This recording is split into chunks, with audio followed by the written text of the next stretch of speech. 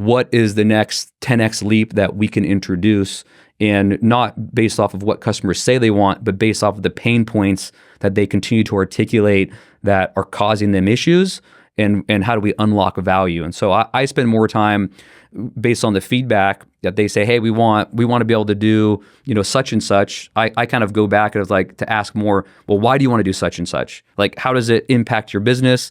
Like, is this going to, how much time does this take? Is this going to reduce the time? Is it going to reduce your costs? Like, try to get to the root cause of like what they're trying to solve for, and then think about through a technology lens of like, what's a way that they're not thinking about that we could solve this, right? And that's kind of how we came up with resident-led inspections, was through that same lens. And so that's how I try to think about it, to come up with what's the game changer that they don't even say they want. And when you first tell them about it, they're probably going to laugh at you a little bit. But then once it gets going, they're going to be like, holy smokes, this is next level.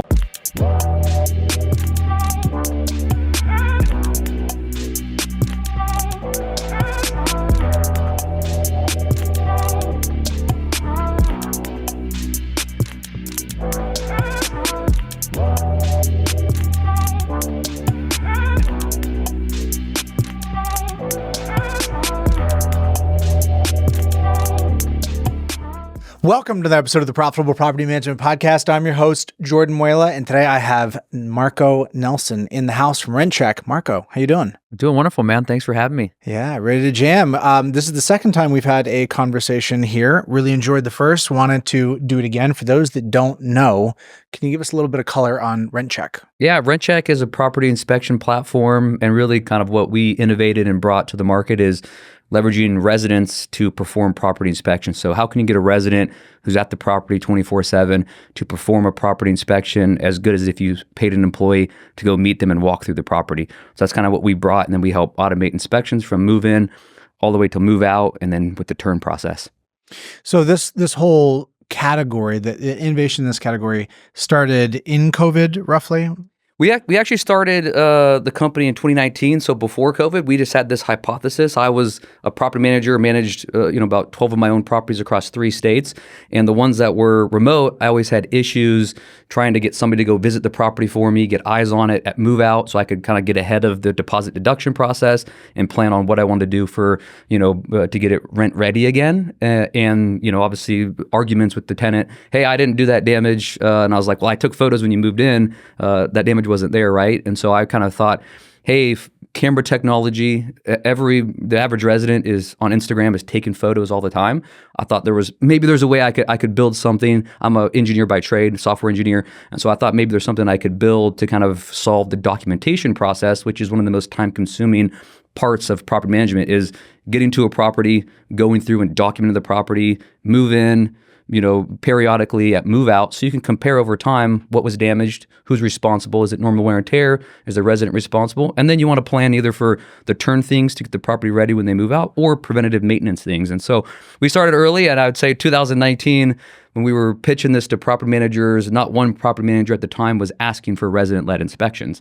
But I knew the problem, I knew the pain was like, how much time is inspections taken up? And they're like, it's a ton, and we're actually behind on them because it's such a big task. And so we started with the resident-led inspections, and we thought this was the future. And then COVID hit probably 6 months after we launched our product, and that actually, I think, opened the gates for property managers, which the industry is kind of slow to adopt new technology in general. And I think that opened the door where property managers had in their leases, hey, if we're managing a property on behalf of an owner, we have in our lease that we're going to go visit the property once a year or every 6 months to get eyes on how the property is being treated, right? And they couldn't go visit those properties, so they were looking for a solution. And luckily, we were the only available solution at the time that had built something for this. And so we started to get a bunch of traction with property management companies, and we just kept going from there. And now I think when you hear resident-led or resident, self-touring, those types of things, obviously is like much more easily to digest. But 2019 was a different story. We've seen this wave of technology in a new category play out in a couple of areas. Self-showing tours is another example. When it first came out, some people thought it was crazy. Some people are still not comfortable. What was some of the initial pushback that you got around the resident-led tours? Yeah, the biggest pushback we got was number one, residents aren't going to do this or don't want to do this. The second one was, well, they're going to cheat the system. They're going to try to like hide stuff. They're going to find ways to not take the photos. And so what we built and the way our platform was built from day one is how do we build it in a guided, structured way so that we can mitigate those things. And we were able to prove over time that actually residents prefer this because they don't want to have somebody come meet them at the property. They don't want to have to take time off of work. They don't want somebody, looking through their stuff, right? And so those are the two things that, even to this day, even though we have, tons of customers across the entire country, when we try to get new people, which I would kind of say are the late adopters or those that kind of are still stuck in the ways of we send bodies to do inspections, we kind of show them, hey, here's what we've built to get around that. And we have the data points now to show them that, hey, residents will actually do this and they actually prefer it better. And two, because it's guided and it's structured, it's not just like a free for all. We use a bunch of camera overlays that the documentation is consistent every time. So if a resident's trying to cheat something, it's very easy to tell that they were supposed to take a photo of the front of the fridge and they took a photo of the bottom half of the fridge. They're trying to hide something, right? So we kind of built that in, and that's a little easier to overcome now. But really, I think the overall theme besides those two, skepticism was this is just the way we've done it forever. We go out, we send our people out, we leave a piece of paper for the resident, and I think change management or changing processes is usually the hardest thing to get over. So there's the capturing of the image, and then there's the looking at the image to make an analysis and assessment. The first has a physicality component. The second does not. What do you see around innovation for the future of that analysis? Do eyeballs need to go on every image? Yeah, great question. This is kind of, we have two products coming out around this. We got a patent about a year ago. This is kind of before AI we applied for it 3 years ago. This is kind of before AI got a buzzword. So we actually have real AI technology that we have a patent on, which is how do you automatically compare photos over time and identify what changed, what type of damage that is, and what's it going to take to repair that. And so what we've been doing is in our platform, when these inspections come in, they use our web application that prop managers do. They didn't go to the property to take the photos. That happened kind of magically and by the resident. So we saved them 10x there. And then these inspections come in and they're looking at these photos and they're clicking on the photo and tagging, hey, here's a water stain. We need to get this fixed. And they're selecting what type of damage it is. And they go through and then they select all those things they've picked, and they can create work orders to get the work done, right? So we've been collecting the hundreds of thousands of those over the years, and we've been training models to say, hey, how can we now that we've are collecting this in a consistent way, how can we help property managers go from reviewing an inspection that would take an hour down to 3 minutes, right? Because we can analyze those photos, automatically tag the damage, what type of damage it is, and then we just present that to the property manager with a quick summary. And they don't need to look through the entire inspection. They just look at, hey, here's what what we're presenting to you. So that's what we're really focused on now, kind of going into the next phase of the company is, hey, we solve this problem of not having to visit the properties, but still get the data that you need. And then it's like, okay, well, how can we know what our property managers want to do with that data. How do we make that as streamlined as possible? And I think AI is a great way that we're applying to that I think we'll be releasing kind of those in the next couple months. But I think that's going to be a game changer when it comes to the review and analysis piece to get the data from the inspections to the work orders to the itemized deduction list for the deposits and those types of things. How do you handle the image storage? Where are all these images living? In S3, so Amazon. So we were on the Google Cloud, and then we've slowly moved all our images to Amazon Web Services in a bucket there, just because they add up a lot. And are clients paying some kind of an ongoing fee for image storage? I mean, over the course of They don't. So that's kind of baked into our core pricing. So we keep the images forever, and they don't have to worry about that. And so everything's accessible through the cloud, and we kind of bake that into our kind of base cost. Where is the product headed? You mentioned that there were 2 product lines, and I think you shared one of them. What are you excited about on the roadmap over the next 6 months? Yeah, I think over the next 6 months, I think the AI products that we've been, training off of the data, I think that's going to be the biggest game changer for, the companies that leverage us. One was like, hey, we can give you a 10x return on not operationally on not having to visit these properties, getting these inspections done by the resident, right? And it's now, how can we give you that same kind of ROI 10x return on analyzing these inspections as quickly as possible, and then taking the action that you need, so that before you were focused on performing the inspection, then do the analysis, and then getting the work done and doing the things that you do from that. Now it's like we eliminated going out and performing the inspections. Let's eliminate the time that it takes to review these inspections, pull the useful data out to just say, hey, let's get the work done, whether it's maintenance, whether it's helping a resident, whatever it may be. And so I'm excited about that, because I think we have the technology to do that, and we got to do some more training and get it out there. But I think that's going to be a game changer. And then there's obviously things down the line that I'm excited about in the future as well. But we're kind of slowly inching our way towards the long-term vision. To what degree are property managers using your tech to enforce lease violations? So they're doing it a lot. So when they review an inspection, they are trying to look for lease violations, and oftentimes that comes in the form of when they take photos of the backyard, are there brown spots that would indicate there might be an animal there, right? Or on a door, like they're usually not going to take a photo of their animal, but there's clear things you can see, stains on the grass, Bite marks, bite marks on the door, or scratch marks on the doors, right? That kind of indicates, and then then they'll say, hey, this is an issue. We want to go out there. I think for property managers that have properties in HOA areas, we've helped them a lot to say, hey, we know in the fall, HOA fines are going to come for exterior, so for the front of the house, whether it's overgrown, the grass is crazy, trees are touching the house, whatever it may be. Let's preemptively send out some quick photos that the resident could do to take of the front of the property, and then they could say, hey, you got these 2 violations, you need to cut your grass, and you need to trim back these trees,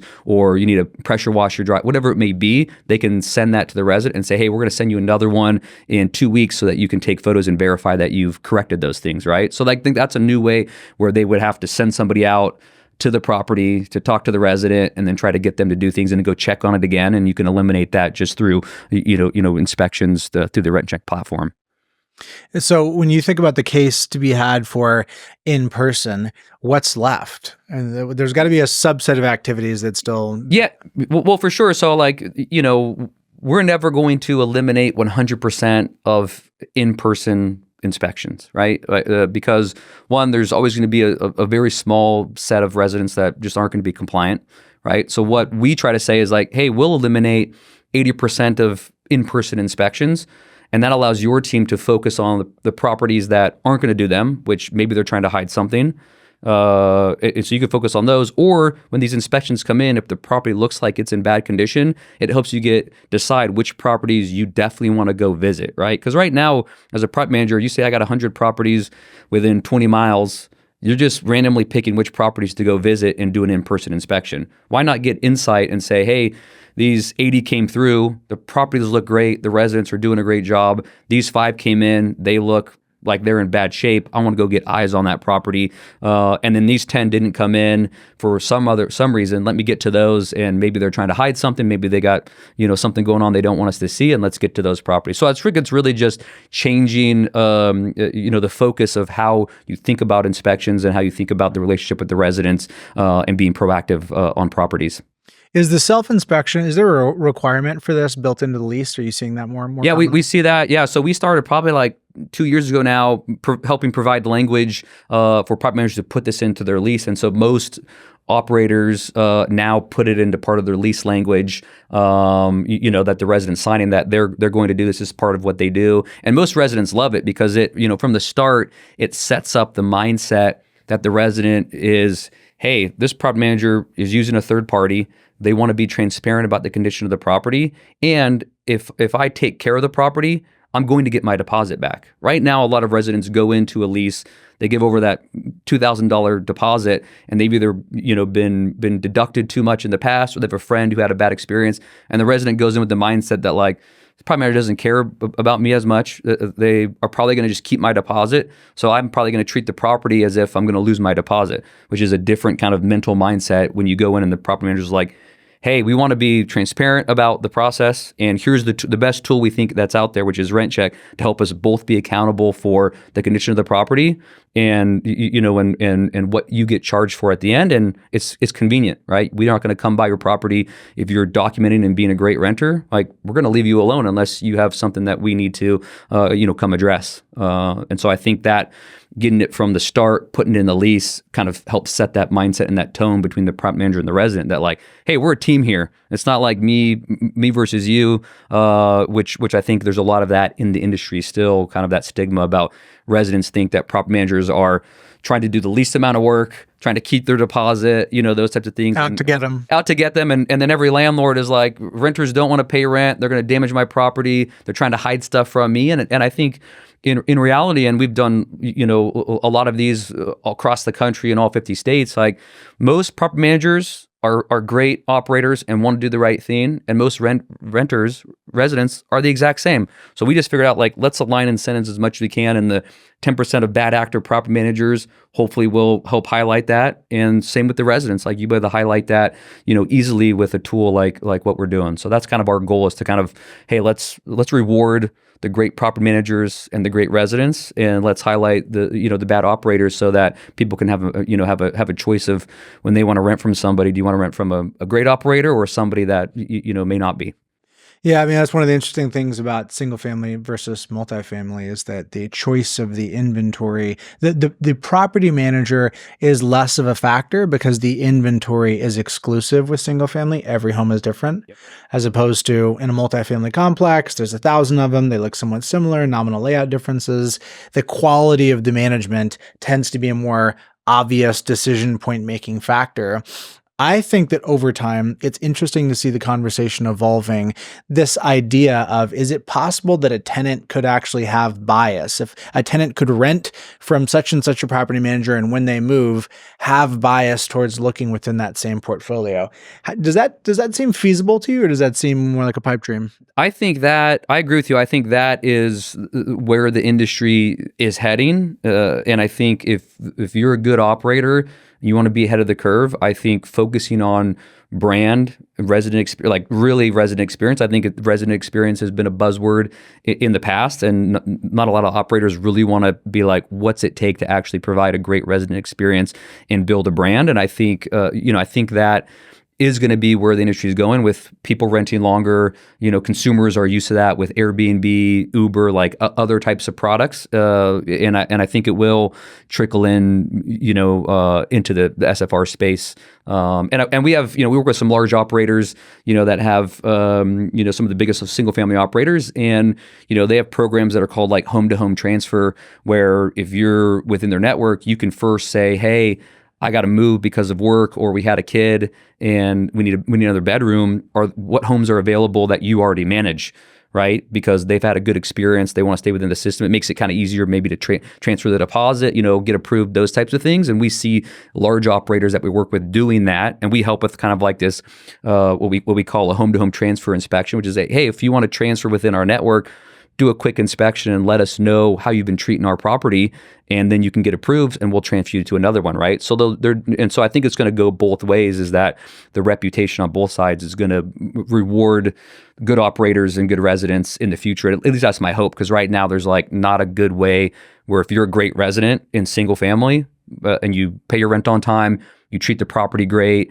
you report, a leak so that it doesn't turn into a bigger one, like there's no way that you as a resident are really getting rewarded long term if you're going to rent. If you decide that you're going to rent for the next 20 years, like, what is that doing for you, right? It's really not building you any type of credit, and I think that those types of residents should be rewarded. Same with really good operators.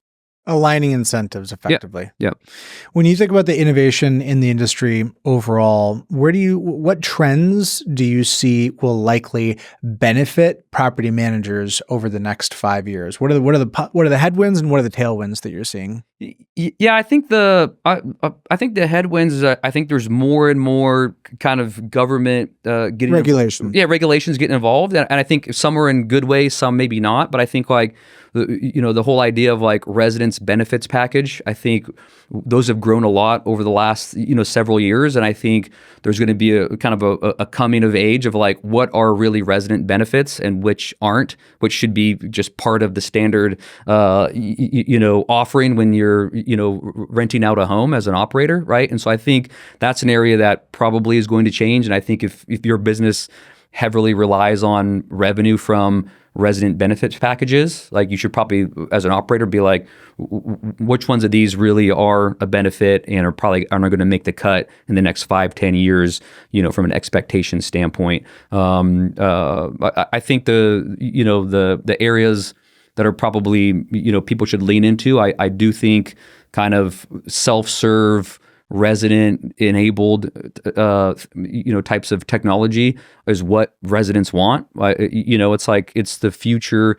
Same with like, Netflix versus Blockbuster. Like those that ran Blockbuster like laughed at Netflix. So they're like, people love to come into a store and feel the movie, read the back, talk to the person who knows. You know what I mean? I enjoyed that. Let's be real. I did too. Like I enjoyed that as well because I didn't know what, and I just mosey around. But it's like a different age grows up with different expectations, and like there's people that go to the grocery store and they want to do the self checkout, right? They don't want to like have a teller, And so I think there's more and more, and that's the age that's going to rent.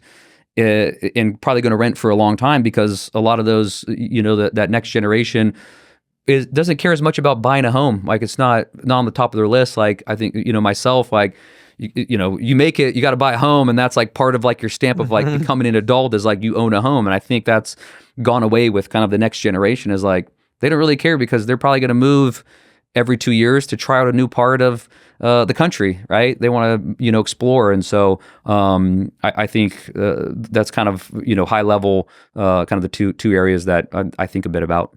You mentioned that you have a background in engineering. In our conversations, I've experienced you as a product guy. My question for you is, how do you evaluate and think about what to build next? Given that, I'm just assuming that what you've already been asked to build by your customers is enough to keep you busy for 4 or 5 years if you just built it verbatim. For sure. Yeah, that's the toughest part, I think, if you're trying to build like a true innovative product. I think iterating, taking customer feedback directly and just kind of building what they think they want is kind of the easy thing, but isn't going to get the 10x leaps, right? It's going to improve maybe something by like 10%. Incremental, right? And Henry Ford said this. He's like, if I asked my customers, what they wanted, they would have told me faster horses, right? Not they wanted a car.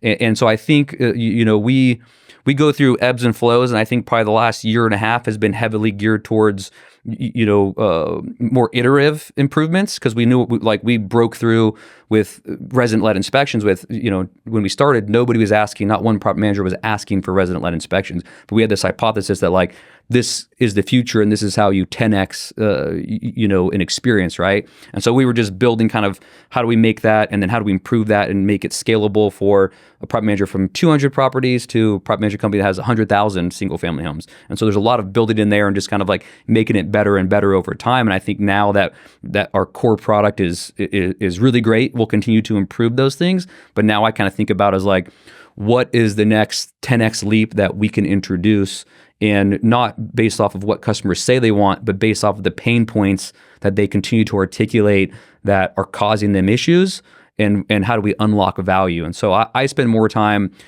based on the feedback that they say, hey, we want to be able to do, such and such. I kind of go back and it's like to ask more, well, why do you want to do such and such? Like, how does it impact your business? Like, is this going to, how much time does this take? Is this going to reduce the time? Is it going to reduce your costs? Like, try to get to the root cause of like what they're trying to solve for, and then think about through a technology lens of like, what's a way that they're not thinking about that we could solve this, right? And that's kind of how we came up with resident-led inspections, was through that same lens. And so that's how I try to think about it, to come up with what's the game changer that they don't even say they want. And when you first tell them about it, they're probably going to laugh at you a little bit. But then once it gets going, they're going to be like, holy smokes, this is next level, right? It clicks. And that's the kind of the 10x breakthroughs that you want to be trying to focus on while you continue to improve the core product. When you think about the founder energy, the thing that you contribute that is essential, the thing that you would have a very hard time hiring out, replacing somebody else for, what is that, and how has that shifted over time as the company has scaled? Yeah, I think for sure, the number one thing is the long-term vision, right? Like, nobody's going to push the envelope and think about what should the product and the company try to solve long term, right? I mean, and that's not what you hire for. You hire for execution in the short term because you got to deliver on kind of like what you've been promising. And so, I think I've gone through phases where in the beginning I'm like, we got to build resident land inspection. We got to make this work. We got to figure out how to overcome what property managers are saying that are going to stop them from trying our product to show that it's 10x better, right? And then it's just a matter of like making sure to set the tone that the team is executing and getting there, and that's really like founder persistence. Like part of it is like you just like there's always, it's like 10 great things happen, 20 bad things happen, like it's just like that, and it's like the continuous positive persistence to get through, and then you look back and you're like, oh man, the first time we got a customer with like 100 units, we were like, yeah, we're crushing it. And now, then it was a customer with 500 units. Then it's a customer with 10,000, and it's like, and then you look back, you're like, man, we've come a long way. But like the core team is kind of in the execution mode. And so, as a founder, you got to step out of that and be like, all right, we're executing now. What's the next vision that I got to align them to in the next 6 months, a year, so that their execution continues to stack to reach those long-term goals? Because most employees aren't going to, and this is the same probably with the property management company. Like most employees, like it's too much to try to think about all the big picture things while you're trying to execute, right? It's like too much brain work for a lot of people to do. They want to know like, what's my job, what's my task for the next week, 6 months, month, that is going to make sure we're humming along. And that's what you want them focused on. But you got to come in and like recalibrate that every 5 months, 6 months. And all of a sudden they look back and they're doing their job completely different because you kind of moved them along that way and they didn't have to think about the big picture stuff, but you kind of walked them to it. So how do you manage that ongoing vision communication with the team? What is it? And are you guys remote or co-located? We're kind of half are kind of all in the office in New Orleans, and then half are kind of scattered all over and remote. So we typically do like a kickoff for the year. We'll do like an all hands mid-year, and we'll do one kind of at the end. And usually the kickoff and at the end of the year we'll fly as many of our remote employees into New Orleans, and we'll kind of have an all hands. And I kind of spend a long time putting together, me and my co-founder kind of putting together, walking them through kind of, hey, here's what we've done.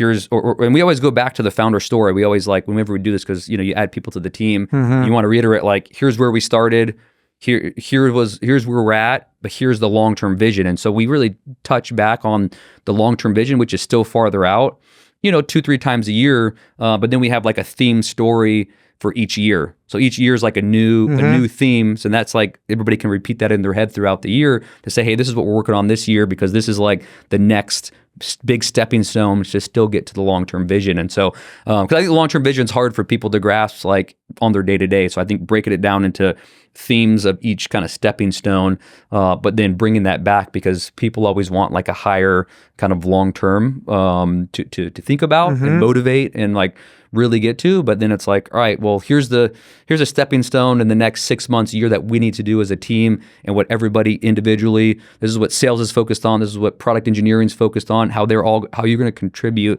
to make sure we get over that next step. And then if we get up, take a breath, oh, we're doing great, this is what we're not doing so good about, but like, all right, let's refocus. We still got another 10 steps to get to the long-term vision. So let's tackle this next one in the next 6 months, next year. And that's kind of the cadence that we do it. And it takes time it takes a lot of effort to step out, think about it, because you got to let your business run itself as a CEO while you're stepping back and like thinking about this, and you kind of got to unplug from the day to day to do that, and that can be scary. And some people never do it because they're like, the business can't run without me, and you got to be the details. And I think stepping out and doing that is what your team wants anyways, and helps provide clarity and gets everybody rowing in the same direction at the same beat.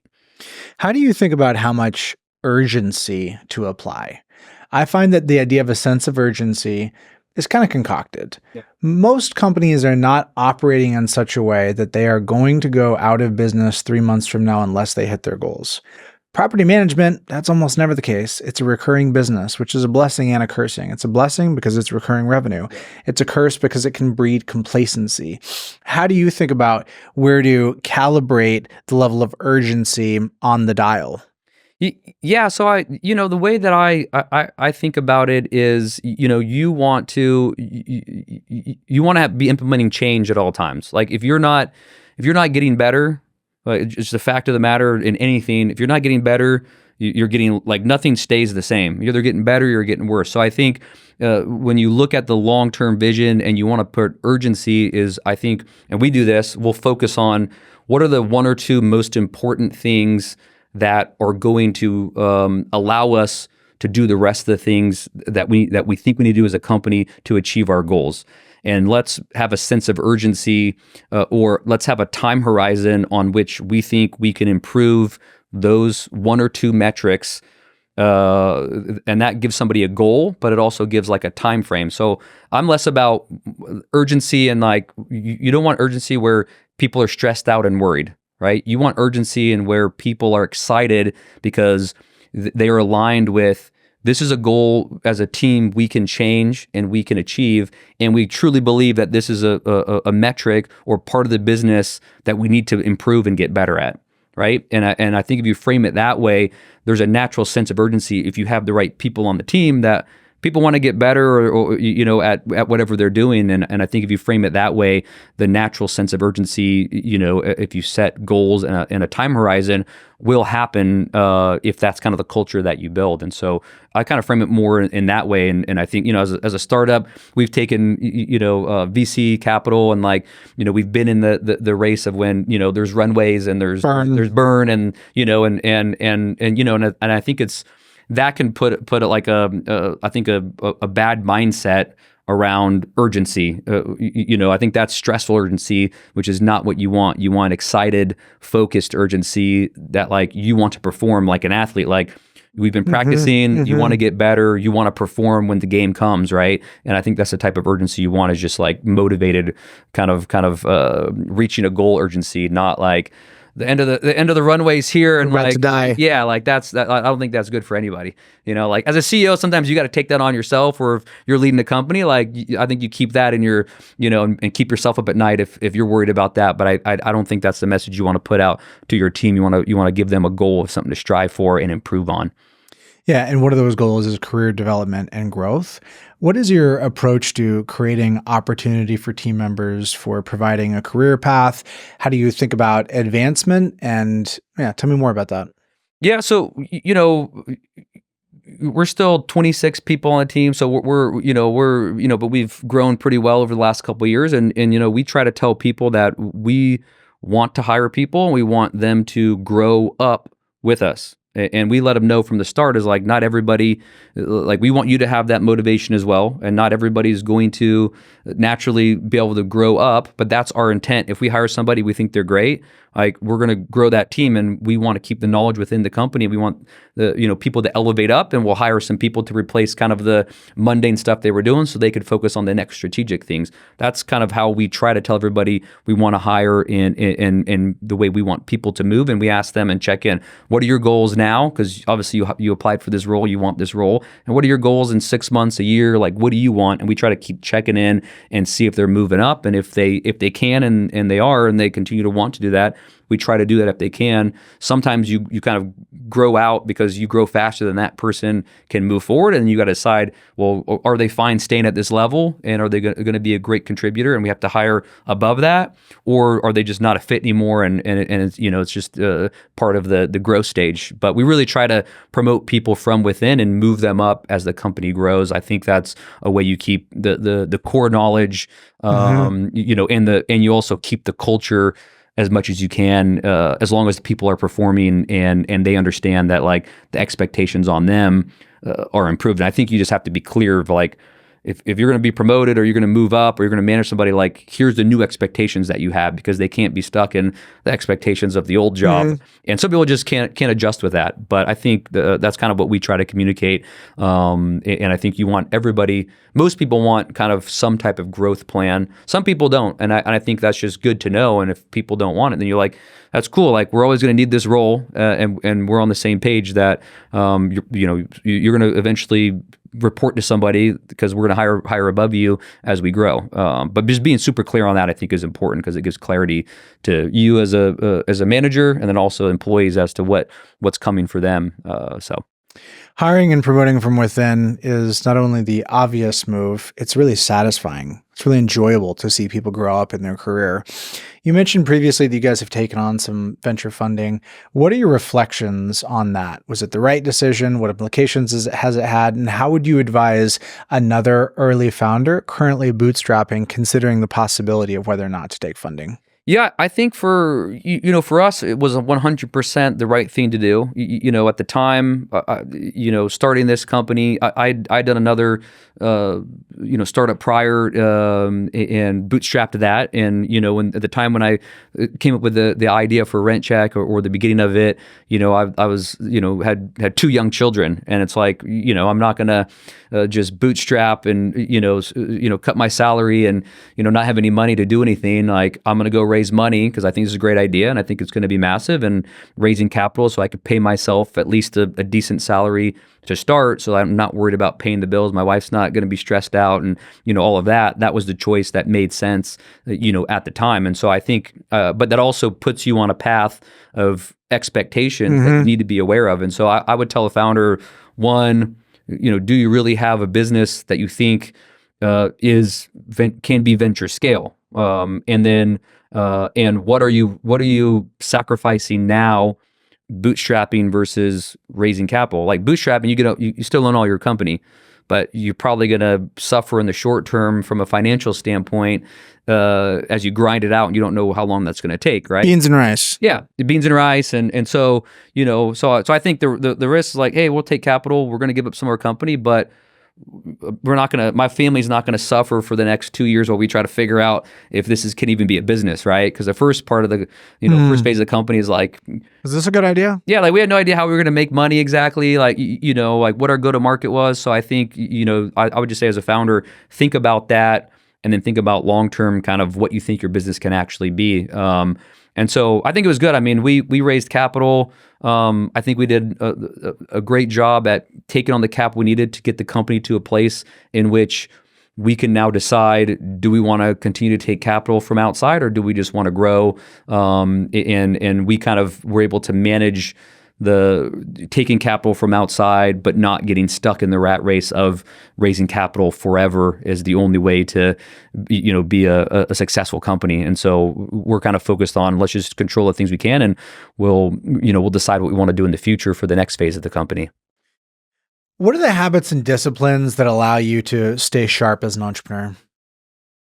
I think the habits are curiosity. Like, if you ever think that you know everything, you're probably gonna make a lot of bad decisions. And so I think staying curious is something that's a mindset of like always trying to learn, always trying to think. If you have a hypothesis, kind of think all of the different angles of like why that could be wrong, what's a different perspective. I think that's hard for people to do. They can just get stuck in a one track thing and like go down a path that isn't what the universe is telling you is a better path. So I think that, and then I think having a mindset that everything's going to take longer, and this is what I've learned. Everything's going to take longer than you think. And when it hits, it could be right around the corner. And so keeping a positive mindset and doing the fundamental core things, which is just like work hard, good work ethic, treat people, wonderful, like just do those things consistently, and just having consistency. And I preach to the sales team. I'm like, there's a slow month. I'm like, you guys are doing all the right things. Just stay consistent. Don't get down. Don't get discouraged. Like just be consistent, and then it starts popping off. Because like certain markets, certain things just kind of mess with things that you don't know about. So it's just like stick to the basics, and you will be rewarded if you continue to do that. Is kind of like what I truly believe in, and what I try to tell the team as much as possible. What about your personal routine? What does your average day look like? My average day is, I kind of, I kind of operate in a odd way. I tell the team, I try to push this on everybody, is like, don't use an alarm. Wake up when your body wakes up. I naturally wake up early, so I usually get up anywhere between like 5 and 6, just naturally, and I usually wake up, go directly to the office. Our office is on Magazine Street, just kind of down from my house, like maybe five minutes. And so I usually sneak out of the house. My wife and kids are still sleeping, so I sneak out in the morning, go to the office, and I get a good 2-3 hours by myself just to focus on the work that I need to do. And I typically start the day with a coffee, pull out a fresh sticky notepad, and I write down today, and I just write down like, what are the top 3-4 things that are the biggest things that I think that I should think about and try to move the needle on, that are the most important. Because like, you got to focus on those first, because after that, it's like everything else, like, emails, a fire here, a meeting here, like you can get distracted and just do all the small things over and over again, and you never make progress on the big things. So I usually just write down that when I'm drinking my coffee, these are the 3 things. All right, let me get after these. And I do that, in the morning. Then I usually head home between 8:30 and 9:30, after I've kind of got the 3 good chunks of hour when my brain starts feeling a little tired.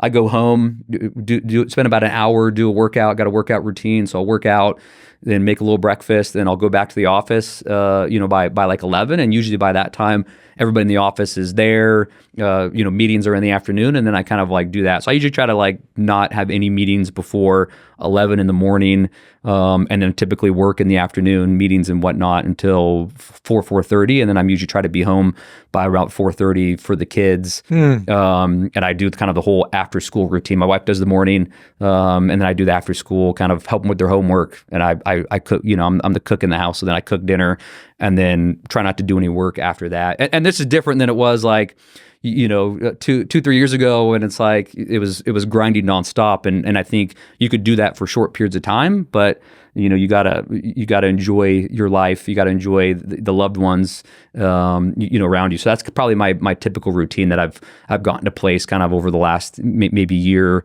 and a half, and I think is working really well. Yeah, how do you do with like rumination around when you're not working still? Yeah. So I definitely, mental cycles in the evening, and some mental cycles on the weekend, but I try to put my phone away, after dinner. I try to just like if I'm cooking, I'll still look at emails, Slack, and like kind of just like be up, because like some of those things will be when I wake up in the morning, like I'm fresh and like I know everything, but I try to just put my phone down, and then on the weekend I try to just leave my phone at home. This is more of a habit. I think it's kind of different now than it was when I was more in the details and the inertia of like having to get things done. Now it's more about high level, making good decisions and keeping people focused and prioritizing what to kind of touch the team on, and so that takes a lot more kind of like thought and being a little more strategic about things instead of just like banging away and getting stuff done. And so, I've done a good job of unplugging. I used to be a little bit more, like thinking about stuff too much. And if my kid's talking to me and I'm like thinking about stuff, so I've gotten better at kind of saying, hey, just, knock it off, or, hey, let me drink coffee in the morning and spend an hour thinking about stuff before my wife and kids get up. And then I'm not thinking about the rest of the day because I'm spending time with them, and so I think like I've gotten better at, setting my mental intention for a period. Like, the more, work week, it's like I'm up early and like my intent is to get as much done between now and 4:30. So when I go home, I don't have to think about it. I'm spending time with my wife, my kids, doing those types of things. Yeah, I love that. So you mentioned that you're the cook of the house. Yeah. What are you making, man? If I'm coming over, what's for dinner? What's the signature Marco dish? Man, so it's funny. My signature dishes are me and my wife travel all over the world, and I love all food, and so I pretty much find like my favorite dish of like each country, and then I figure out how to make that like really good. So, like if I'm making like, like I think the other day I made like chicken tikka masala, which is like a favorite dish of mine. My wife made like, she makes bread. So she made like fresh naan bread, and I'll make a really good, like, and I'll just like find recipes and ways to like make it authentic. Right. This is my PSA to get yourself an invite over to Marco's house for dinner. I would be happy to. Yeah. Are you a longtime New Orleans native? No, I grew up in, I've been in New Orleans since 2010. So grew up in Portland, Oregon. So from the Northwest, and then high school in Arizona, Scottsdale, and then got recruited and played football at the Naval Academy. So did my undergrad at the Naval Academy in Maryland, and then served as an officer in the Navy. So was in Newport, Rhode Island, Virginia Beach, Virginia, California, Monterey, and then New Orleans, then DC, and then, we moved back to New Orleans and have stayed there since. As we round out this interview, one thing I wanted to ask you about is your take on the self-managing subset of the landlord market. And it is the majority of the market. There's a lot of folks that just don't see any value in working with a professional property manager. Now, obviously, you and I do. My question to you is, if you could survey these folks, if you could ask every self-managing landlord in the nation one question, what would it be? I would ask them what, like, for the amount of work you're doing and the current money you're making off of your properties, your rental properties, what is the stress level and friction in your life that is tied to that if you eliminated that, what would that be worth to you? And I think a lot of the time they would say it would be worth a lot more than what they would pay a good property manager to manage their properties for them. So I think it comes down to, it's not about the dollars necessarily. It's about what do you want to focus on in life, and what do you want distracting you from the things that are probably more important than self-managing some of these properties. Now, unless you're really good at it, I kind of ask it. I don't know if that's the best way to ask it, but I'd try to figure out how to get them to answer that, to see. Then I think you could lay out and say, is it worth the savings that I'm making on managing myself? Is it worth all this extra stress, all this extra worrying about it, all this random call, like these things that mess up your life, your day? Is that worth it or not? Right. And it's interesting the way you put that, because you're articulating that in some cases they would see the trade-off, but they lack belief that a property manager will actually do a good job. So it's not that the proposition of outsourcing doesn't make sense, but it's a lack of trust and confidence that the options they have available will actually be effective. Yeah, I think for sure, because I think it's hard. It's hard to pick a property manager to manage your properties, right? And I think there's a lot of great operators, but there's a lot of ones that don't do a wonderful job. And I don't think it's because they don't want to do a wonderful job. I think it's because property managers by nature are oftentimes overwhelmed by a lot of things. And I think hopefully them embracing technology helps them say, what are the most important things that they need to focus on? And I think it will come around. I think more as technology plays out, I think more and more of these independent landlords, which was myself, that's where we first started. We still give our product away to, for your first properties free, on small independent landlords, because we want them to use it. We want them to have a tool to help them, and it makes it fair for the resident. But we kind of didn't focus on that because there still is, it's hard to get them to convert, sometimes. Great question. Love that line of inquiry. I'm excited to see where you continue to take this product and the impact that it makes on the industry. Appreciate you coming on. Thanks for having me, man. Until next time. That's it for this episode. Hope you enjoyed it. You can check out other episodes along the way. If you're watching this on YouTube, appreciate a subscribe. Any comments, I'm always here to engage. If you're listening on an audio platform, would really appreciate a review. It's a great way to help other people find out about the show.